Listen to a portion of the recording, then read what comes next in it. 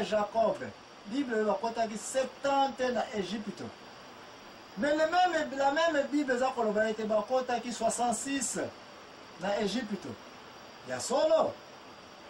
Plus bana Jacob bale mana sana Ephraim. Na yemo Jacob 66 plus 3 69.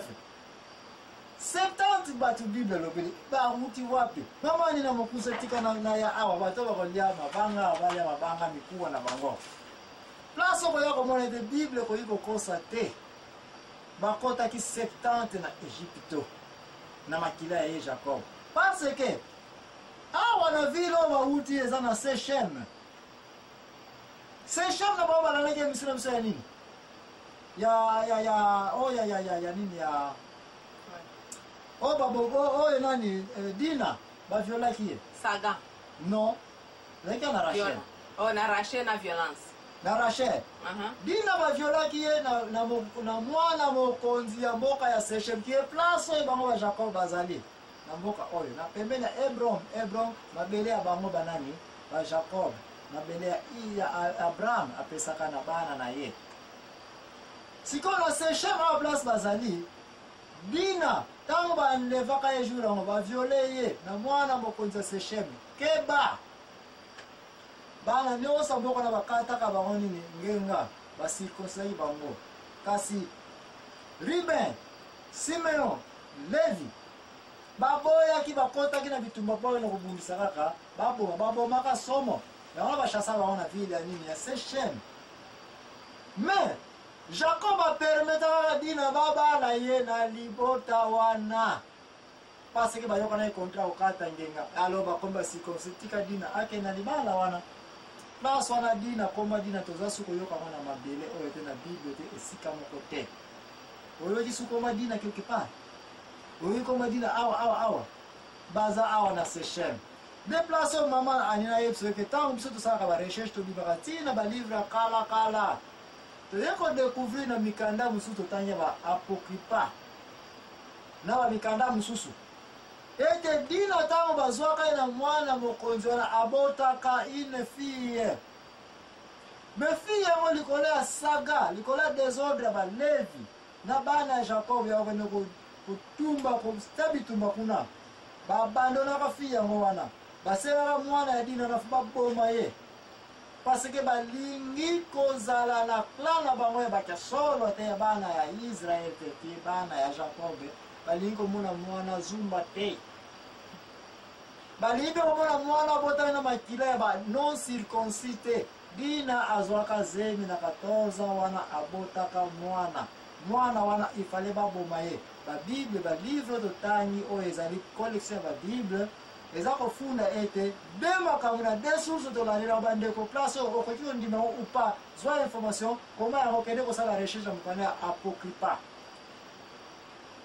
konte musuba za koloba mama ni lala ba ko la pongite matena so linge kota sikona deuxième phase eza très compliqué babi ange Michael batinda kaina nzambe akende ko bikisa kaya grave ya mwana oyo bali ko bomaye Ozola nanga. Wewe sio kama fa ange Michael batinda na mabele. So comme on nzamba tindi ange Michael no bikisa. Kaya grave zali. Kaya Jésus Christ to mona ange Michael ayaka. Kali mso ayelaka. Oyako za nzoto ya nani? Na molimo. Nzoto ya Moïse ou ya Josué, tangu Satan alobakete no. Nzoto yoko yiko zo ya mote. Nzoto ya Josué. Parce que tangisi na kila mingi.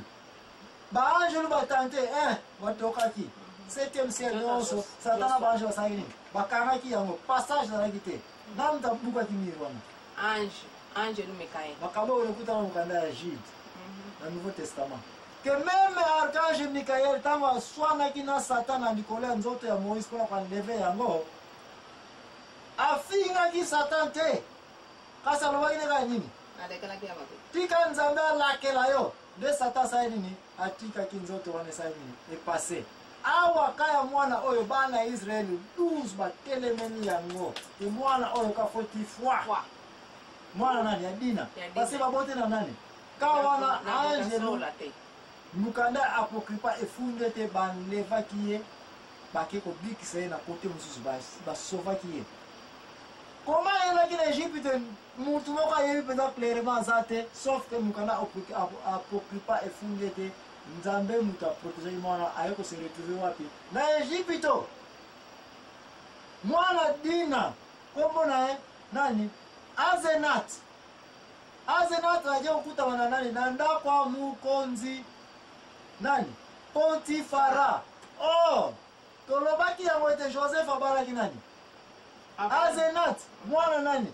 Mwana ya prêtre, pasteur nani? Potifara. Yo abalaki petit sœur nani? Mais si tu comprends le point, mon petit sœur était mwana nkazi. Mwana nkazi ya. Donc, awa tokokisi maloba na Nzambe ke bakotaki na Egypte combien? 70. 66 to reconnaître bango baye na kuluna nzela moko na nani na ye moko tata na bana Jacob.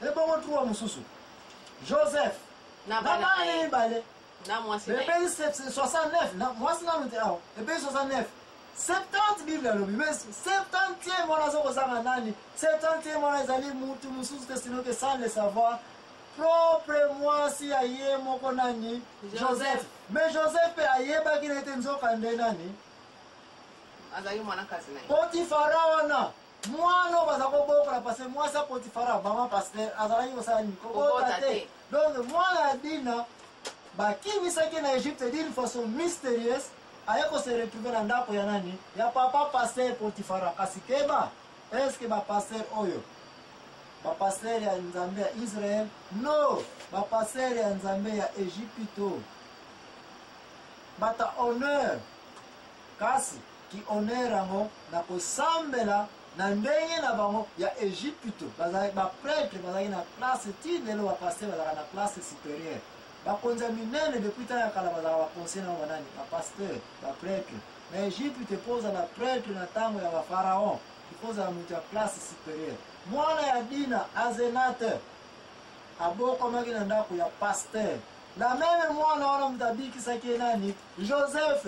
La même mwana wana Azenat baiko bale na nani? Na Joseph. Donc Joseph soit ayebaki ou ayebaki te Bible za clair te mokanda pe apokripa et expliquer yango penza te mais possibilité ezali ete ye moko Joseph na ntango wana avant bala apokripa nani Azenat ayebaki na ete azobala mwana nkazi na ye. Donc batu mingi y compris ngai moko na kala nazao kanisa ete Joseph abalaka une étranger une égyptienne. Ce n'est pas vrai.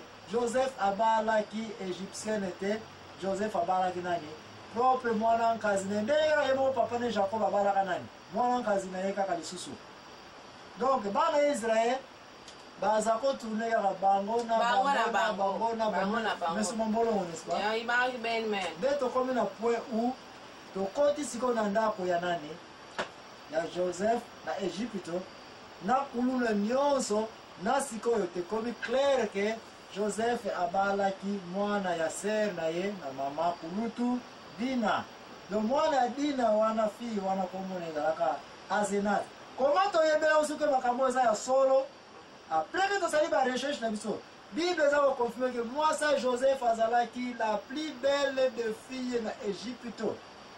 Azalaki très belle. Oh, na émission na biso toleka koleka Rachel. Tolobaki ete na tala bana Israel soko yoki mutu aza na kitoko moko eleki supérieur ki yango eneko kumba biso na émission mosusu. Mwana ya mwasi na ifo ezalaka kauti na planning Ya Sara. parce que ba Bible lobi yango ke basi bazali kitoko ezali numéro 1 nani Sara. Et puis nani Rebecca qui est mwana na ye kaka lisusu. Clara na bango kaka Rachel mwana bango kaka lisusu. Léa mwana bango se ya ye Sara kaka.